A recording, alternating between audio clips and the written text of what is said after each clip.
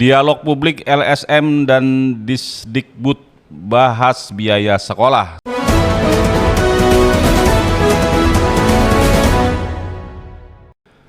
Badan Kesbangpol Tabalong memfasilitasi dialog publik antara LSM dengan Disdikbud Tabalong. Dalam dialog publik ini, isu soal biaya sekolah menjadi pembahasan. Dialog publik antara LSM Tabalong dengan Dinas Pendidikan dan Kebudayaan Tabalong dilaksanakan pada Kamis 25 Juli 2024 di Aula Kantor Disdikbud Tabalong, Desa Maburai, Kecamatan Murung Pudak.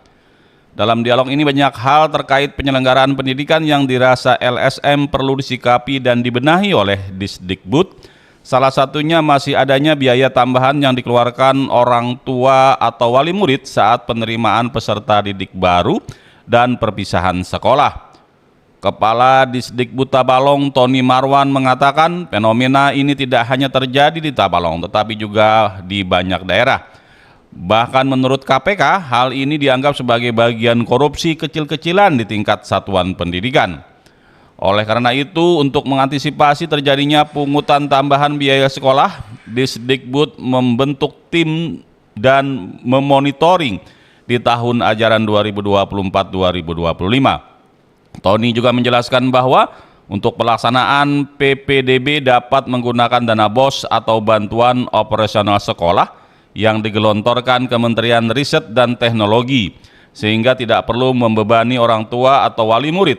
Namun dana BOS tidak dapat digunakan untuk perpisahan sekolah karena dinilai hanya kebiasaan sekolah pada akhir tahun ajaran, bukan urusan wajib. Sementara itu, Sekretaris Badan Kesatuan Bangsa dan Politik Tabalong, Bahdur Husni, menuturkan pihaknya rutin memfasilitasi dialog publik antara LSM dengan SKPD setiap bulannya. Diketahui tahun 2024 ini sudah 7 SKPD melakukan dialog dengan LSM, yaitu Bapedalitbang, Bapenda, Dinkes, Bagian Umum Setda, BPKAD, Disporapar, dan Disdikbud.